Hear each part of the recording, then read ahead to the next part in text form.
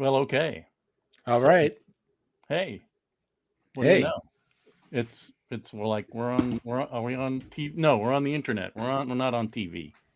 This is same like thing. something What's the else. difference? You tell me. Like broadcasting over the VHF channels. I don't know it's TCP/IP. No, it's Token Ring. We're on the Token Ring network.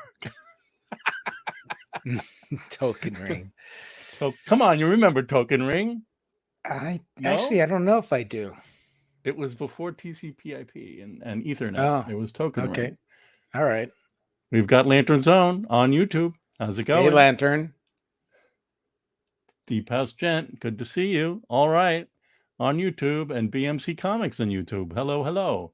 And Will hello. anyone from Facebook show up? Welcome to our Facebook friends.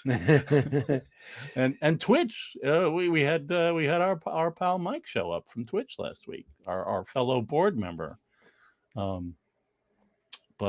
Yeah, so we're here. It's our Monday night live stream. While you're, you YouTube folks, and Facebook folks and Twitch folks, if you watching this live, we will see your comments and we will try to do our best to respond and share them with everybody as we did some of the hellos, and then it's going well. That's right, Lantern Zone, and if you're watching it not live, if you're watching it in the future. Future people. If you're one of our folks watching it not live in the future, feel free to make comments as well. We do our best to respond, so we look forward to hearing from everybody. I'm Rand Hoppe. I am the founder of the Jack Kirby Museum. It is my honor to be in that position. And who's this other voice in the ether as the logo is on the screen? I'm Tom Kraft. I'm the president of the museum and honored to be so. Yeah, it's a really wonderful thing. We've been doing this for a while, and it's really cool. Can't get enough of that Jack Kirby. It's actually been years. 2005, long time, right? Yeah. It was founded in 2005. What are we doing now? Let's go to the next screen. What is it? Oh, go to our YouTube channel and check out these videos of Jack Kirby. If you don't want to, listen to us, listen to Jack. Let's go to the source, man. Go to the source wall, our YouTube channel. the flaming hand writes its message, and it says, "Go to the Kirby Museum's YouTube channel." We should do an animation like that. That'd be fun. Yeah. We have Jack Kirby talking about life on the Lower East Side, which he worked really, really hard to get out of. He hated it there. Jack Kirby at war. Lucky he survived intact from his wartime experiences. Here's a half hour with Jack Kirby at a show, a comic shop, Comics and Comics in Palo Alto, California in '93. And here's also a video of Jack talking about Captain America. So, there's lots of great video there. So, check that out. And there's more. And there's audio. There's radio shows and so on. And so much more. Yeah, it's true. So this is our episode 4 for the Eternals. And we're going to be taking a look at issues 6 and 7. Cool. These are great issues. They are great. They're great. Lots of fun stuff ahead. But anyhow, we are going to be set up at the Javits Center in New York City, starting on Thursday.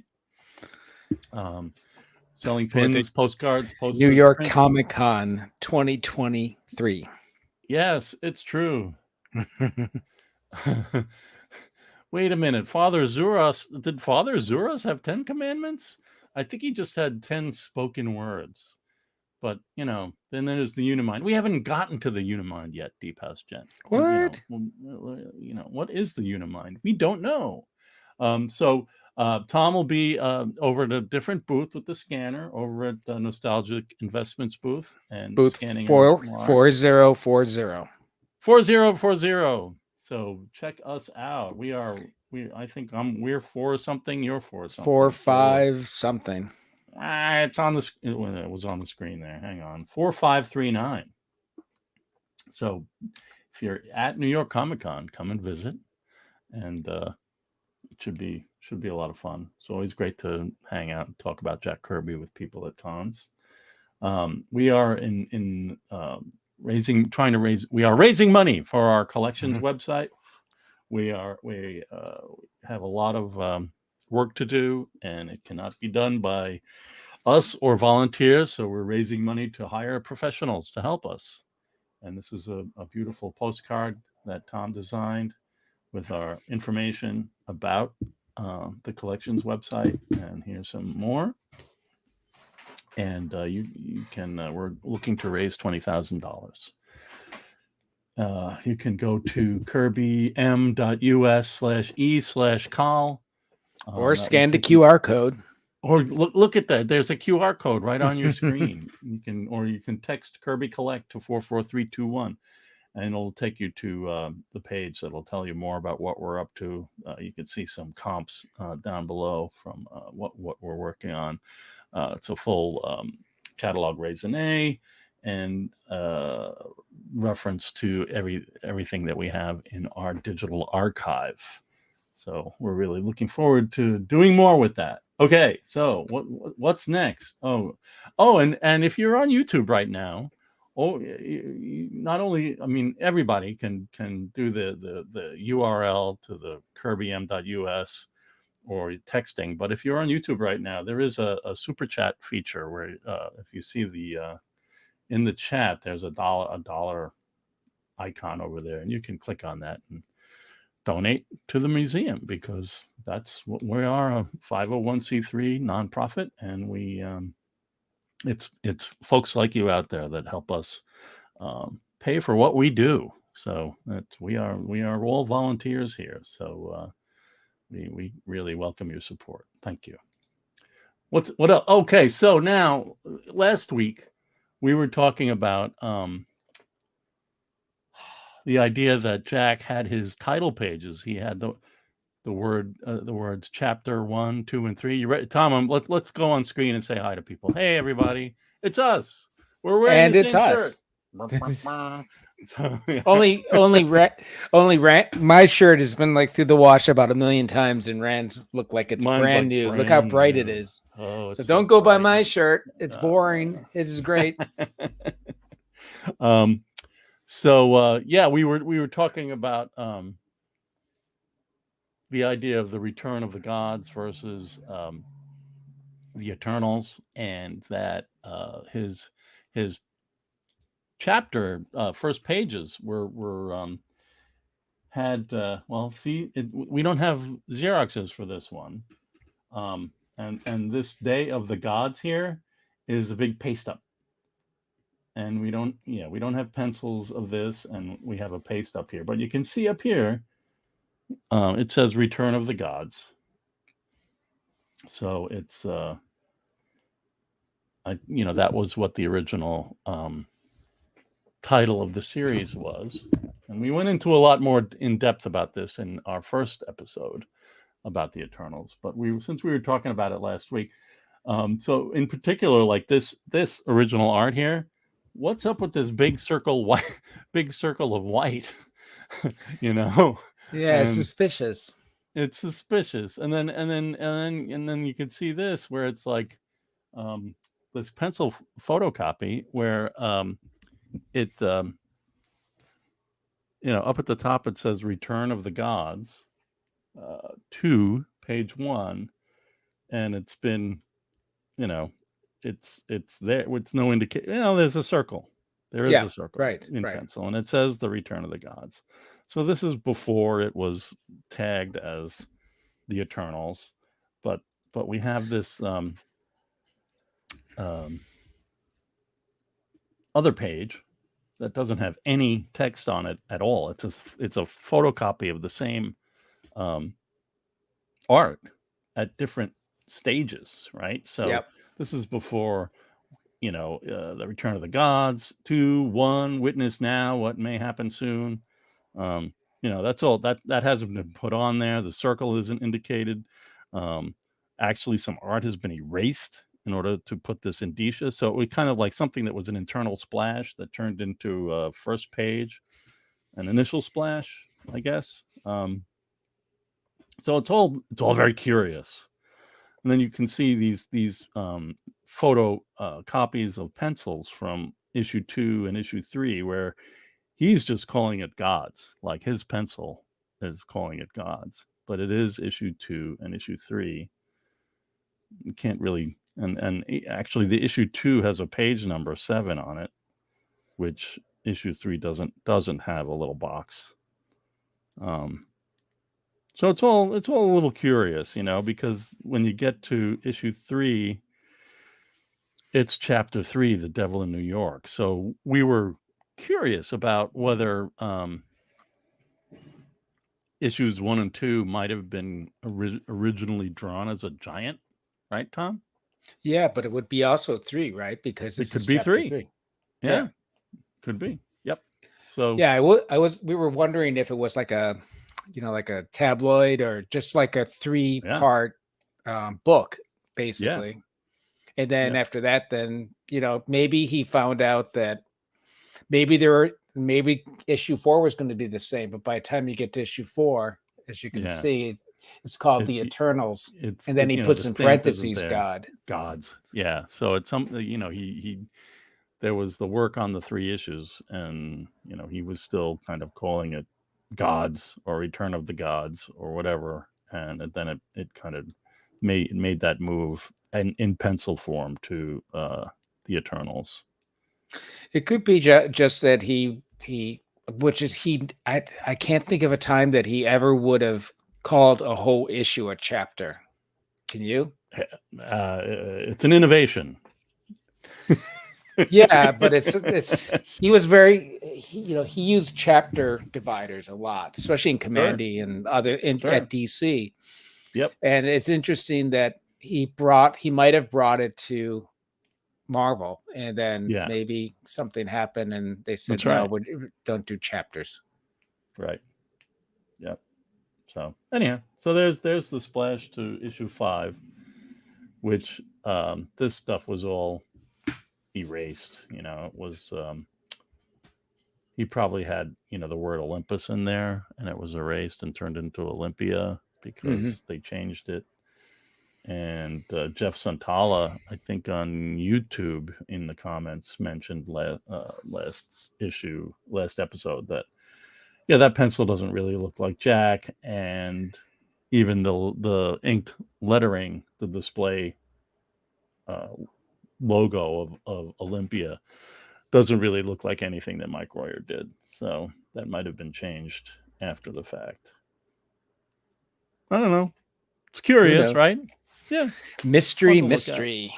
We'll keep looking. Right. So let's head into our issue 6. Where'd we leave off? Oh, right.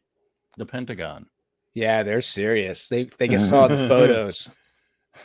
It may add up to the damnedest war we've ever fought. All right. Yeah. Okay. General. That would make sense since they're gods from outer space.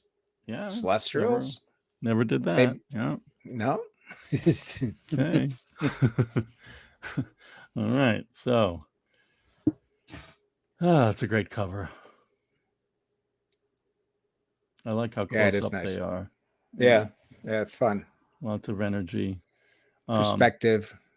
Yeah. Hand going up. It's nice. Hand going up. And we have we do not have a paper photocopy of this cover of the pencils. You know what? I should have gave it. I maybe I could find it, but quickly. Do you have it? I used on page 1. When we get to it, I used to own page 1 back like 10 years ago or something. Okay.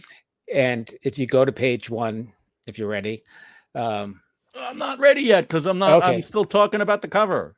All right, talk about it. I have things to say about the cover. Oh, good. While you're doing that, maybe I'll try to find something. We don't have the any original art or pencil photocopy for this cover, but apparently the pencil photocopy exists because we have kind of a weird scan of it that where a lot of stuff has been erased, and it's kind of a low quality scan, and I just didn't want to show it because it's just not in tune with what we've been showing, which is the stuff from our archive that we have, paper for or digital scans that we ourselves have scanned. So there is a pencil image out there of this art, and it looks great. There's nothing weird about it, but other than the fact that the scan is weird and the pencil is weird. All right, so Tom is. All right, Tom is. I can hear Tom still kind of looking around. Oh, he's back. That was not. So it was not called that. Gods and Men at City College. Oh, it's not nice. The title. Okay. So I owned it. Eternals. Oh, right. Yeah. The Gods and Men is okay. Yeah. Yeah, but there was something else in there too. Really? Yeah, because I used to own it, and it was a paste up. So there was a paste up of the Gods and Men. That whole thing was a strip. So I took the paste off, and then I put it back, of course. But right, I made a photocopy of it, and I don't know, a long time ago. So I don't know where it is. Okay. I'm looking for it, but I don't know if I'm going to be able to find it quickly. Right. Anyway, well, one thing that Jack did through a lot of these comics, particularly, I'm noticing it a lot with the Eternals, but I think it was in the Captain America that we did when we did that series of Captain America, where he would always put these notes in, like read. He would command us to read. Mm-hmm. Don't ask, just buy. And it was always removed. It was never included. It's like, yeah, no. Why are you saying that? I'm sure that's one of the things that they felt like Jack was old-fashioned or something. It doesn't bother me, but he always took it out. So yeah, the cover is better than this, but it's basically the same kind of image of these guys. Yeah, it's the same thing. They're rushing towards what? I forget. They're rushing because they see a group of deviants in a cluster. The mutates and Crow in the center. That was I used to own that spread too. It was a beautiful spread to have. Unfortunately, I don't have it anymore. I just have one comment. I just don't. I feel like the guy in the lower right corner's head isn't large enough. You're right. What's going on? Jack would always do that, and we always seems like we could find one image per issue almost, where Jack would do that to help him do the impression of deep space in his art. And Chile Marvel fans over on Facebook, the king. That's right. So they're zooming in towards Crow and his mutates, and they throw some kind of anti-gravity spear, I think, and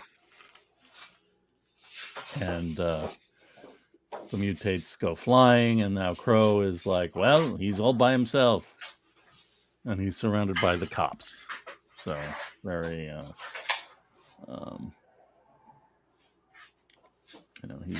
he's basically Fina and Makari they land, and look at this. Oh, here we go. Yeah. John Sagnis on Facebook says Jim Shooter always blamed Kirby for using multiple exclamation points, like in the opening caption of the splash page. But you'll notice they're not in Kirby's pencils. Well, let's really look. Let's take a look. Go back to that splash. Well, the pencils. He's got the Eternals with 3 exclamation points, and then Gods and Men at City College. It's just 1. there's nothing weird about that. Yeah, I don't Yeah, know. it's all the same. So anyhow, so now they, Athena and Crow is like, yes, I have lived a long life, unlike everybody else. Oh, hey, 75 YBA, it's good to see you on YouTube.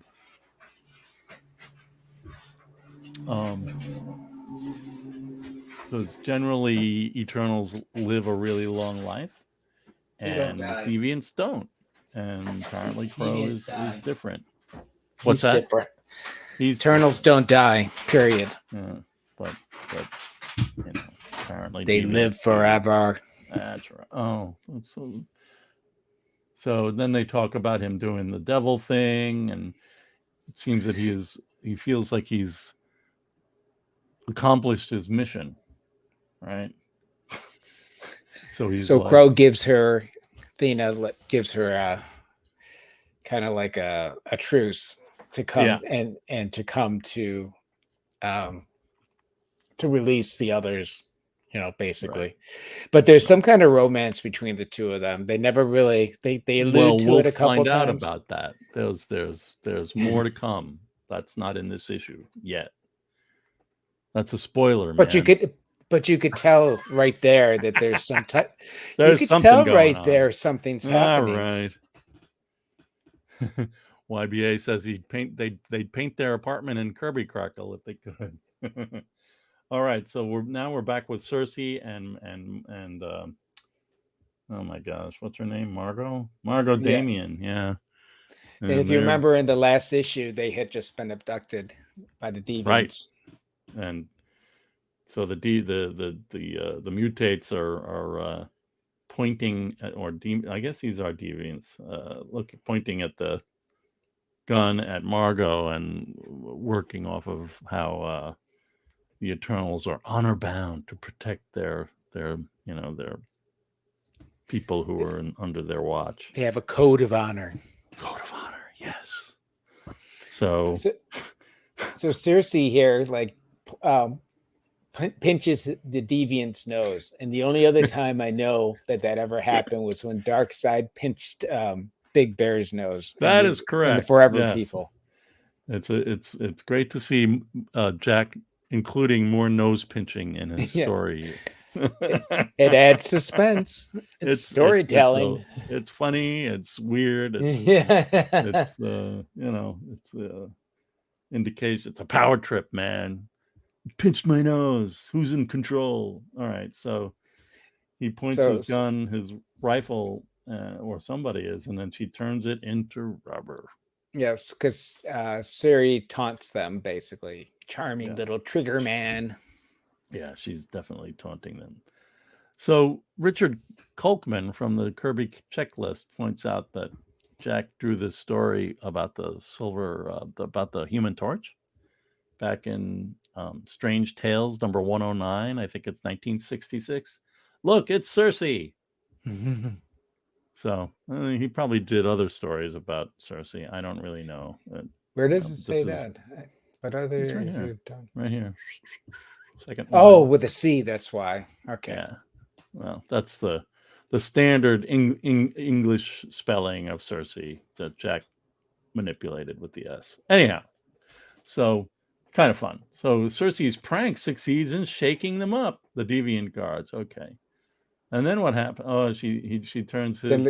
The gun turns into like what? Into like an octopus. It looks like aliens. Tentacles of steel. Yikes. And then she's just laughing. Come on and pick up a few suggestions on how to improve your IQ and gain popularity. This is a ship of fools, Deviant. Come in and pick up a few suggestions on how to improve your IQ and gain popularity. She's just antagonizing them like crazy. And then they just heard the word, this I don't know who this guy is. He just got the word that there's a truce. So they're gonna take them to the city. Where's Icarus? Well, Icarus When last we saw Icarus, he was in a tube under on the bottom of New York Harbor, I guess. What was the thing on his forehead? The mind something numbing thing? That's a brain lock. Brain mine. He's got a brain mine attached onto his forehead. But since Thenia, since she had since Thena had a truce, everybody's freed, including Icarus. That's why they're going to get him. So they pull him out, and they remove the brain mine from his forehead. How beautiful this art is on these 2 pages. Just great. Okay. And he wakes up. What's happening, man? Well, he just gets up and floats. Everything's okay. There's a truce. No, he's got a bruised male ego. That's right. But and he's ready to like start a fight. Yeah. So they go over to their Google Meet screen there that they have in the ship where the Crow and Thena are, and they realize that, you know, Crow is so confident that he's caused enough trouble, and it's time to have a truce. And Thena's like, yeah, well, let's go and explain what's going on. And Margot's like, well, I know the perfect person. Let's go to Dr. Sam Holden at City College. He teaches anthropology. So they need somebody to represent them, academic source, analyze and verify the facts, kind of like a lawyer in a way. Yep. And so they head back to the city, and they meet Dr. Holden, and basically Margot explains the story to him, and he's like, well, time to back up my story. Come on in, everybody. And there they are.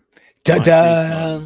No, yeah. A photo prop moment. They all stand perfectly. It's the Partridge Family. Look at them. I don't know what I'm doing today. But there they are. Wow, look at them. They're like a cast from some movie. Anyhow, so it's interesting because what Jack does here is he says, on this page, it's like, well, come on in, all of you. But here, it's a week passes, and there's lots of negotiations with political and law enforcement authorities. That's true. So it's kind of like a disconnect. It's a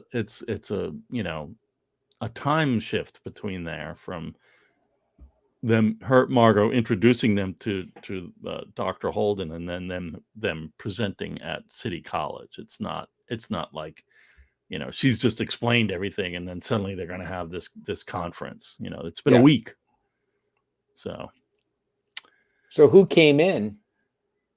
Well, they did. That's Icarus's hand. So Yeah, I know, but it was just. I assume it was just him then. Well, I don't know. Could be. Okay. Could have been all of them. Were they all together? Where were they? Who's in that ball? Who's in that flying ball? It's Thena and Icarus, because they were just Thena and Crow. Thena and Crow are in Thena and Crow are on the screen, and Margot. Yeah, they're the ones that, because they're leaving the deviant ship. Yeah. So that's who's on the deviant ship, is those people. But anyhow, Icarus shows up. So it's Margot, Icarus, and Cersei. And then a week later, everybody appears. It's the monkeys. There's Davy and Mickey. Mickey was in Jungle Circus Boy. All right. So and then you could see the heads at the bottom left, because of all the people. Yeah, that's right. But you don't know that yet. A really fun, crazy Jack Kirby shadow on the floor. Those are always fun. We love those. Geometric Anyhow, let's shapes. take a look at the original art. Cool. Nice. Lots of adjustments to lettering. But some of it just seems like production stuff, like clean up that tail as it approaches the border, and I don't know. Let's look at Jack's script and see what's going on, because I think Oh, you know what that is? What?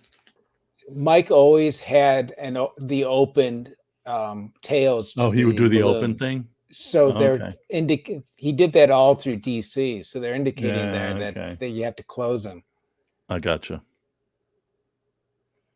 So they're Cool. like, please close that up. Yeah, pretty much. They don't like open boxes or anything like that. Right. I think there's I don't know. I don't think there's all that many changes. There's some later that we'll get to, but yeah, it's really fun. Beautiful page, all the characters, very exciting.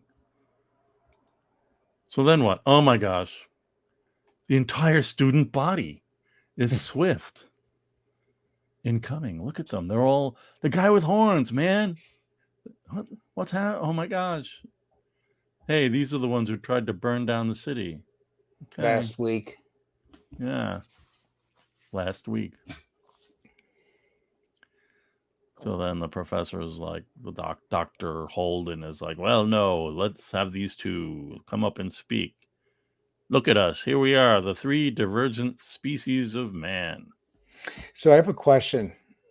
Why you think that he would go to the UN or something, or some big, institution to present these guys, but instead they go in front of a class? I mean, it's kind of like show and tell type thing that they do.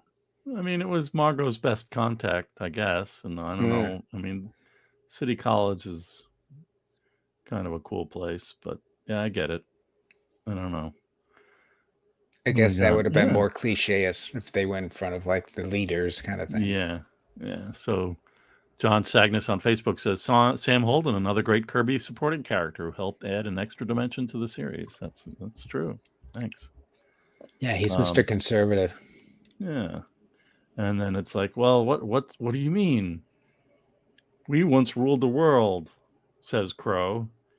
And look at this. I can make my horns go away. What? By manipulating our own atoms, we can change our form. Oh, man. Watch closely. What and why? Da-da! Can't you see? I don't have horns. I'm no longer a threat. Hold, you must also reckon with the Eternals. Then he starts flying around. And then hey, wow! Like, yeah, look at me. I'm going to float. Okay. And Cersei's like snarky comment. Well, just call it levitation, and we can do it, and they can't. Perhaps someday they will, if they don't destroy themselves. Wipe themselves off the map.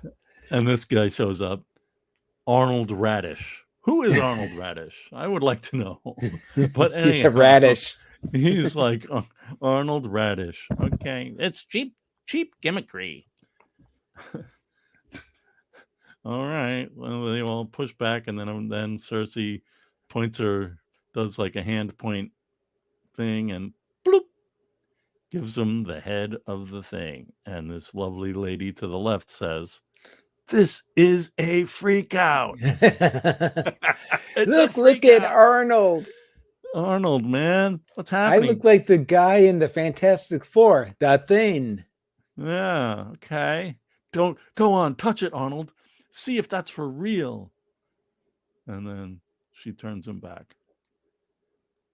As Cersei a human you were. Human. Yes. My old face is back. Well, at least I won't have to explain the other one to my parents. Oh my God. Oh, jeez. Anyhow, so let's take a look at the original art here. So you can see, there's some, look at all these blue lines from the editor to like change, fix. There's a lot of blue. There's a lot of white out. But it's interesting in that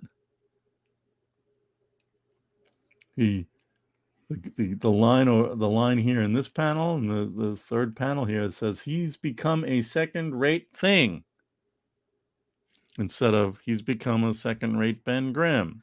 And then he says, "Oh my gosh, I look like a panel in Marvel Comics."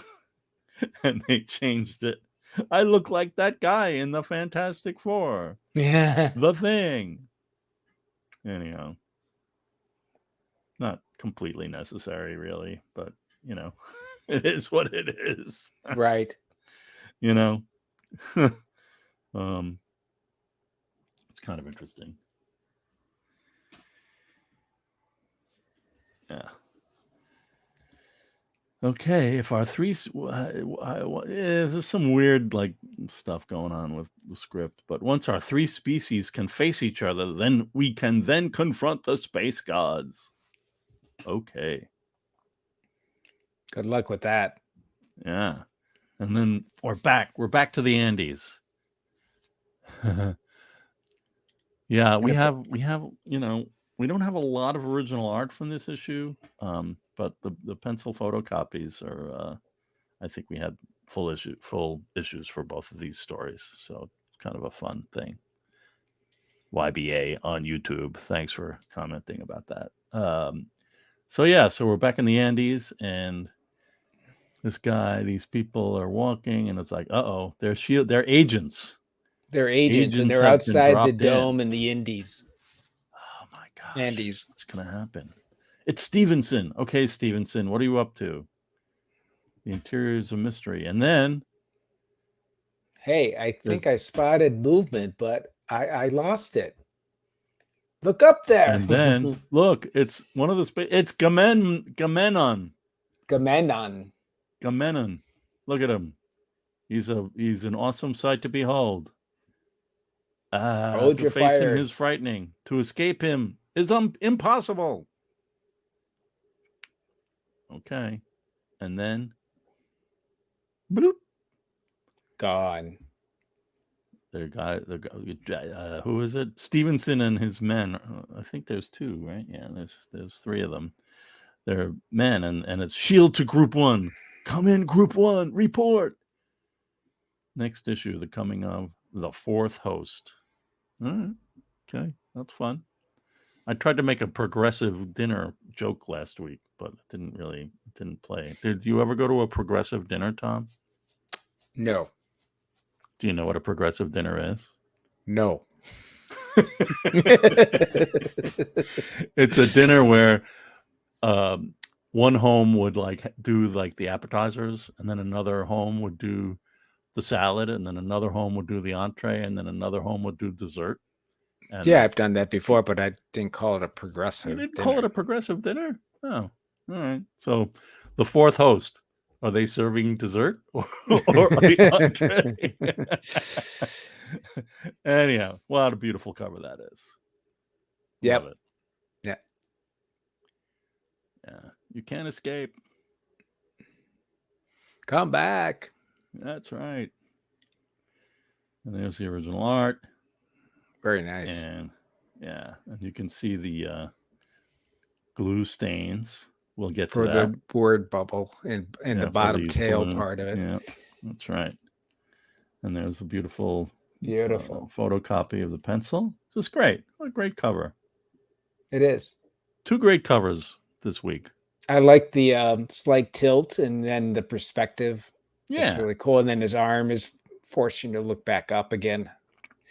Then if only his head was a little bigger. He should be a little larger in the foreground. No, I'm kidding. It's I think you're obsessed with this.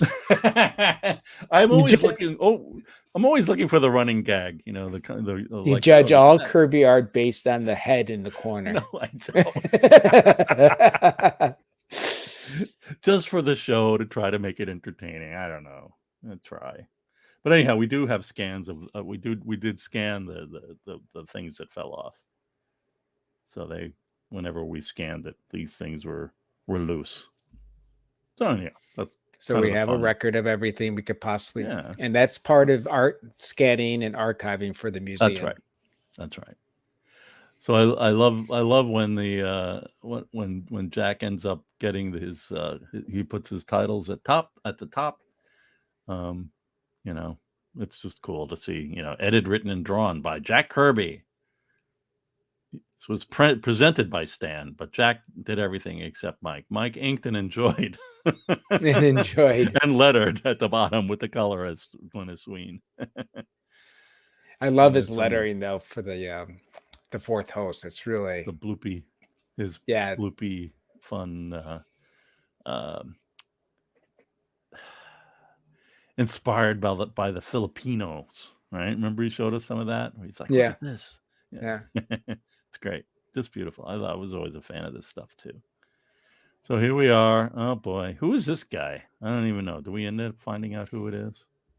I don't know. Does it say at the very top? I don't think so. It's just the background that we know already. Yeah. And this is a paste up too. Look at this. Look at this where my mouse is going. Oh, yeah. Looks like there was something going on. Like Mike changed something. I don't think Mike would have done that, do you? I don't know. I mean, it's only the word fourth. Maybe he spelled maybe he spelled fourth wrong. Correct. Maybe that's it. There is a misspelling of fourth later in this issue. Oh, there is. Yeah, that the editors didn't catch. Deepas Gent, I like how 70s Jack's titles always have a preface paragraph. I agree. I like that too. And Royer, what would happen if they came back? Yes. All right. Ancient carvings of the Incas not only show. Yeah. What's that? No, I was just kind of reading because it's a really nice intro that they had there. Yeah. What if they came back? The ancient carvings. Yeah. No, it's cool. All right. So now what? Oh gosh. Yeah. So then we have this sequence. Oh my gosh. This is really weird. It's like I almost thought that in the bottom left, Jimian, I think that's it. He's a gatherer. Yeah. That round thing looked like to me at one point like it was a wheel or something that his body ended there. Like it was really. I got a really weird kind of thing going on. That's funny. I see what you're saying. like he's on a wheelchair or something. Right.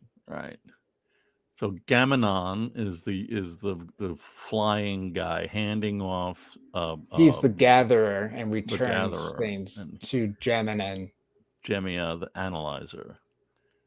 So he's analyzing this big cool ball of something. It looks like a disco ball. Yeah, it does.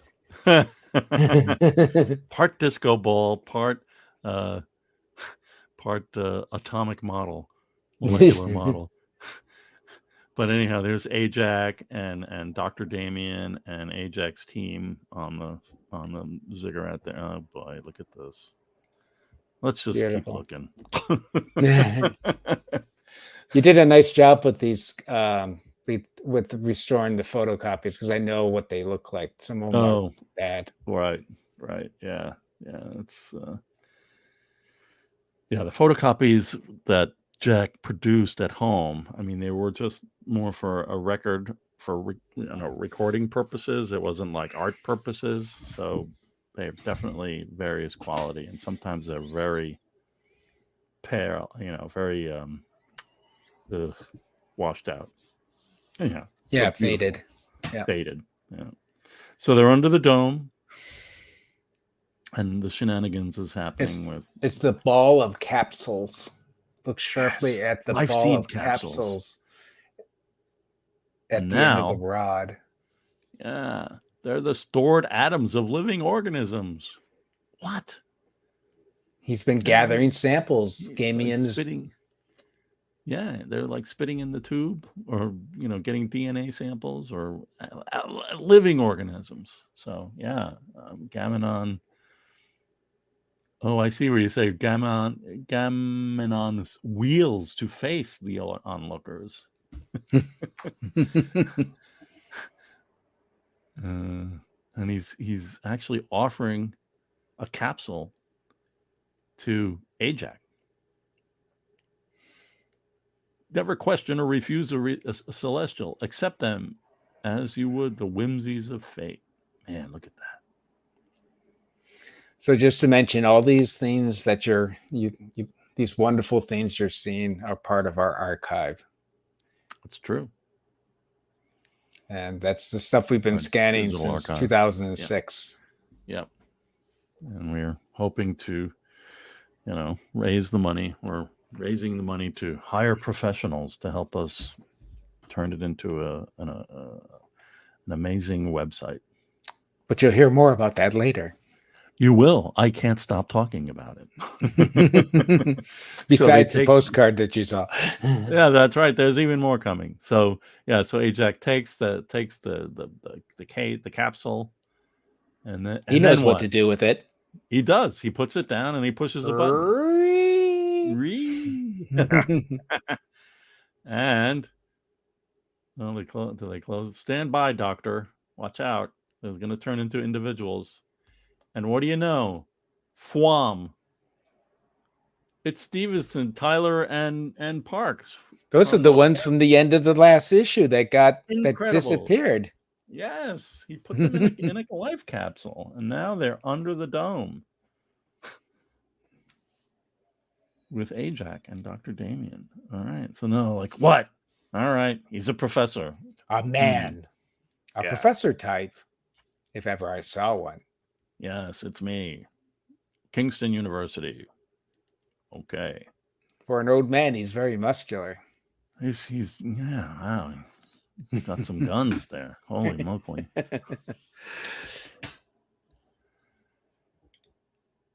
Oh, that's nice. YBA, yeah. We enjoy spending time with Tracy and Jeremy, and we'll see them again soon, hopefully. And they've been very nice when we've done panels in the past at conventions to help. Yep. So then of course Stevenson pulls out a pistol. He's like, "All right, you need to tell us everything." And he understand, Doc. And Dr. Damien's like, "That pistol is not your ticket out of here." And Ajax is just like, "What's wrong with you?" And he levitates the weapons. Are you out fools? Of their hands and puts them up on the ceiling. And we have a fantastic jumping catfish moment here from this guy. That's nice. As you know, catfish do jump. They do. Yes. Oh no, John. Dr. Damien, watch out, Ajax, he's got a gun. Shield agent. And I know how to use it. Watch out. You'll see that in the Commandy series did. That's our one of our longest running gag in the Commandy series that we did. That animal, he's got a gun. Oh my god. All right. So then these guys are like, well, yeah, they're really old and they're home as the stars. They've been around for a long time. And then he gives them a bit of a history. Yeah, we get the lesson. 4 hosts. Yeah, they come first. And they see a little piece of 2001: A Space Odyssey underneath. Yeah, they experimented on the ape, and they made the three species or whatever. And then the second host was Wrath and Discipline, where they destroyed stuff. They destroyed that's the Deviants. They destroyed their town, their city, and then it's sunk underneath the ocean. And became Lemuria, their version of Lemuria. And yeah, that's right. Dr. Damien, he's pumping. He's got a whole he's got a Nautilus machine. What? No, he's got to lift up those. Really? He's got to lift up those tablets. Those heavy stone tablets. That's right. And then this cool image of the third host where they're like flying around in South America, the Incan people, and then they're on their ship. Isn't that a cool little thing? It's just like totally cool. Just sit there. And then Ajax, I guess, is referring to Zuras here, right? A red-bearded fellow. Okay, well, right, where's Stevenson? I'm Stevenson. These are Tyler and Puck. All right, they're still. Stevenson's like, I've got an ace card, And he's got something in his fist. Okay. Tightly now what? clinched. Punch. He takes him out and he runs off. Stop this madness. Yes. Great Kirby action. Very dynamic. Fools. Easy, Dad. And Stevenson runs up the stairs. And what? He's got a tactical nuclear device in his hand. Wow. Isn't that kind of like radiation and stuff? Don't you worry? It's like wild. Yeah. Tick, tick, tick. And he throws it at the Celestial. And Tefral. He throws it at Tefral. And Tefral is like, all right. Detected the movement of the small grain of sand in the wind. Yeah. Has seen this object and reaches for it. Deep House Gent says on YouTube, you really don't want to get punched by a Kirby clenched fist. It's true. It's true. It's like looks like a brick. And then it explodes, right? I mean, Tefral does something, right? I mean, there's something going on with his hand. Okay. Boiling vapors rising from his mammoth palm. Right. So now it begins. Now then they kind of like talk, but you can't hear them talking. They turn. Yeah, they just kind of start talking. Yes. And then they're all together and they assemble. Receive the word. Yes.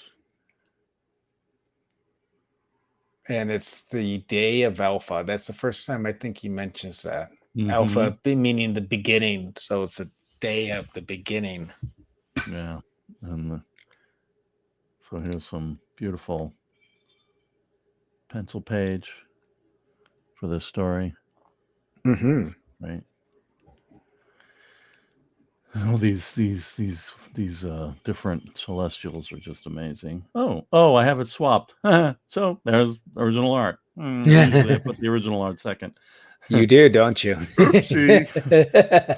I enjoy my mistake, everyone. I'm so ashamed. The reason I have that in the background. You do, yeah.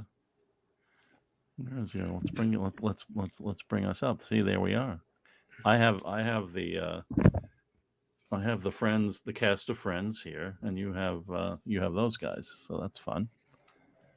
All right, we'll go back, but let's just momentarily. We'll get back to these people. We won't talk. Let's not talk about them right now, but check this out.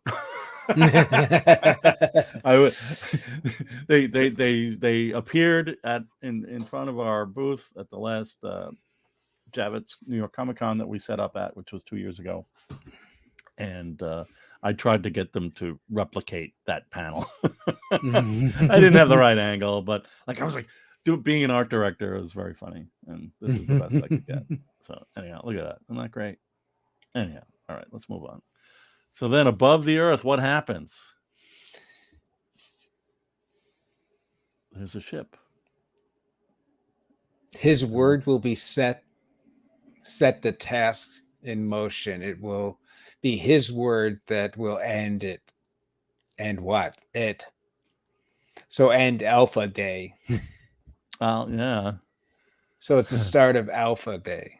Yeah. The day of Alpha. John Sagnus on Facebook. The Celestials always looked incredible. Some of Jack's best designs. That is true. I agree. They are crazy cool. Ladder of Fire. Now what? Nothing. I don't know what's happening. Well, it's there's he a sends message. Down the message on a laser beam. 10 billion years evolved, seen once before by the ancient Earth. It was called the Ladder of Fire. What is that? I don't know. And they head out onto the top, and Stevenson's like, man, they handle A-bombs like aspirin. What the heck? They really portray them as really SHIELD agents are really like stupid. Uh-oh, and then there's a wheel within a wheel. Oh, Henry's late. Okay. Well, that's true, yeah. Henry says, late again, at least he got here on YouTube. You know who was Royer before Royer? Dan Atkins. His inks on Kirby looked unlike any of his inks over anyone else. They looked like Kirby. That's true. Good to see you.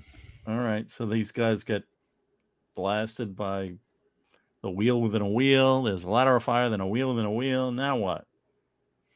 Look out! Well, the Celestials have been dispersed around the Earth, right? Yeah, that's what happened. They all kind of start examining the Earth. Yes. And Stevenson's like, yeah, I got to get back to S.H.I.E.L.D. And Ajax's like, nope. Impossible, Stevenson. Nothing's going to stop us. Well, he'll stop you. Look at this guy. He's got huge feet. Look up. No laces either. Or no, nice boots. Yeah, slip on boots. So celestial Uggs. He's got celestial Uggs. All right. Yeah, and he's just going to stand there for 50 years. What? Is this a joke? Some kind of joke? It is. You'll die laughing if you attempt to leave. I advise you not to do so. But you're going to try it anyhow, aren't you? Well, yeah. We're on the move.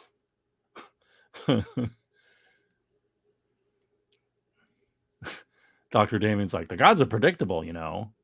Could these fools possibly make it? No. Yeah. Well, they're back into a capsule. Yeah.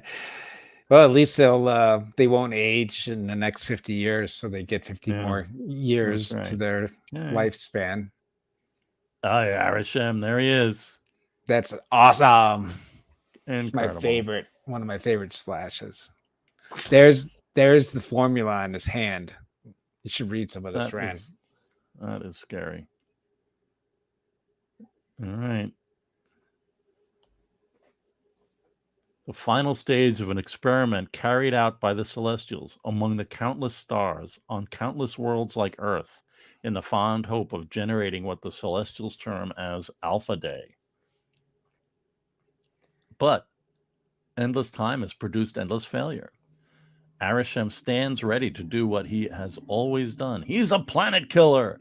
No. Engraved on his thumb is the formula for world destruction. If Earth fails, Earth dies. Always curious. What are their criteria for failing, and what is their criteria for not failing? I don't know. Ajax is really picking on Stevenson. That's true. Yeah, he's really, you know.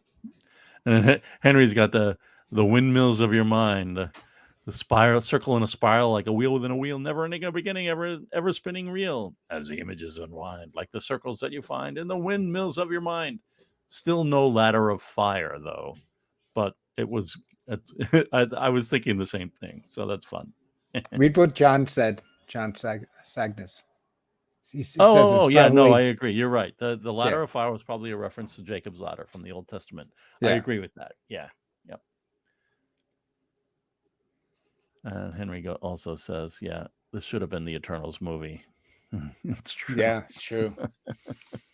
Well, we had we had the script. I mean, we had the story, but it wasn't exactly like the Eternals, right? All right, so let's talk about these foam heads here. This is Etsy.com/shop foamhead design. So we're at our booth at the New York Comic Con 2 years ago, and these four Celestials show up. It was before the Eternals movie. I think the Eternals movie was coming out in November, so this was just a great thing. And we met the guy. I think his name was Richard. But he's Foamhead Designs up in, I believe, Poughkeepsie in New York along the Hudson. And does incredible work. Yeah. So we were just like, hey, we're going to have a pop-up in 3 weeks in Tribeca, which we did. And there is a shot from our pop-up where we featured a great spread from next issue. So that's next week, I guess. And the helmets, and the helmets were really fun, man. Yeah, we had a huge amount of following in Twitter at the time, and in Instagram. And then we encouraged everybody to post an Instagram, and so we wanted people to wear tag them us. and put them on. We had kids put them on. We had these two. This is Lois and Fred being very judgy, thumbs up or thumbs down. Because that's what Celestials do. Just to show you some more about our pop-up, that was here's some our Eternals original art. Oh, I wanted that to be a pop an animation. Oh well. So there's some Thor stuff. Yeah, the epic fight. It was hilarious. So here's what the space looked like out from the street. Here's what when we were setting up the pop-up.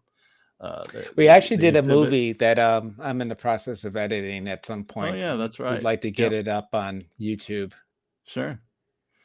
This is the Jack Kirby guys recording one of their podcasts in our pop-up. Here's kind of what the exhibit looked like. We had these great huge printouts and other on the wall, and smaller printouts on the wall. We had our books, fantastic large reading copies of things on tables, and it's just we had showed a movie, showed Jean and Mark's movie Kirby in Hell, Kirby at War. Excuse me, War, folks. yes, yeah. And we did live streaming as well. This was part live stream, and then we showed it. But we had I think we had Mike Royer, Barry Geller. We did. We had so when we do the pop-ups, we try to make it as interactive as possible. Yeah. These on the left here are some kids from like the Suffolk County Comics Club or the Suffolk County Community College Comics Club. Here's our friend Lois doing a reading of one of Jack's essays. That's on YouTube. It's really fun. Yeah, they almost do look like tiki masks. You're right, Henry. Yeah, thanks, Linton Zone. We really had fun. It was pandemic time, so it was all masked. And the one thing that happened at the end, not all mask, obviously, but we were looking for doing things with that. But this Richard also made an ultimate nullifier. That was cool. To us. So he showed up when he delivered the helmets for us to use for our show. He gave us an ultimate nullifier. So that's our pal, our code board member trustee Mike Cicchini. He's threatening Galactus. Look at him. You can just tell. He looks a little bit like Mr. Fantastic, because even in that issue he had a beard, like a slight beard. He's got a beard. It's kind of perfect, right? So that was our episode 4. So now we're going to head off into some other things. Again, please help us with our collections website.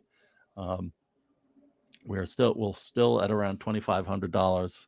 And so if you want to go in and do what we just did with the slides and an interactive website, you can search through all the different scans and see them. Not all of them, but a select number of them. Right. We want to thank Diana Mercer for making a large donation to our cause in honor of her husband, Steve Sherman, who had passed away recently. Steve was Jack's friend and assistant for many years, and he was our friend too. And it was sad when he died, but it was really nice of Diana to help us financially. And these are some of the other large donors who have helped us, and we'd love to add you to that list. Here's some of the things you saw on the postcard earlier. Here's some data, a screen grab of data for the catalog Raisonné, and the data from the digital archive of all of our scans, landing page, and just more kind of catalog Raisonné sorting and filtering function. it's just the coolest thing. We really want to make it happen. So,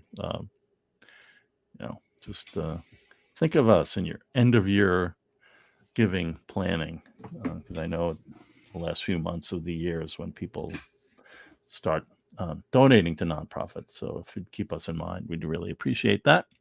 We'd like to thank the Rosalind Kirby Family Trust for their support. We wouldn't exist without them. Tomorrow's Publishing and Nostalgic Investments definitely help us out a lot. And that's where I'll be this week during the show. At their booth, yeah. 40/40, right. Yeah. Yeah. You can become a member. We have memberships. You can join. We have our gift shop. Wonderful things. You can buy shirts and T-shirts and pins and posters and prints. We will have that at the show at the Javits Center. We really haven't been on screen. Let's put ourselves on there. It's really been. They don't want to see us. They want to see the Kirby art. Yeah, I know. But please, we've got all these DC in the 70s series. We did 55 videos about Jack at DC in the 70s. 24 videos over the course of a weekend with, again, the grandchildren and Tracy and Jeremy and all kinds of people celebrating Jack. We have some walking tours about Jack's homes and where he lived in the New York City area. That was an awesome thing. Yeah, we also, our recent Jack Kirby at Marvel in the 70s, we've had 14 videos so far of from Jack's back to kind of covering the covers that Jack did for Marvel, and then 12 of the Captain America series that he did. It was really fun. Great to reread those. Here we are at the Eternals. And next week. Are we doing it? Yeah, I guess we are doing it next week. I'll do it. We can pull that off. So episode 5, issues 8 and 9. All right. Steve Savitsky. Oh, hey, Steve. Good to see you. He says the pop-up was fun. Thank you. Yeah, it was a great time. Yeah. Be kind. Yes, get ready. It's Carcass. We love Carcass. Come on. Really? Everybody loves Carcass. And Carcass continues eventually into like the Admiral, which is an awesome story too. Fantastic. Yeah. Does anybody read these stories and go like, yeah, Carcass, doesn't really do anything for me? No, come on, it can't be. Anyhow, he's sensitive. He's the best. All right, folks. Thanks so much. And, thank you very much. We appreciate you joining us and commenting. And I hope if anybody's going to Comic-Con, stop by the booth. We'd love to talk to you. Sure. Yep. Please. Okay. And all right. We'll see you soon. Take care. Thank you.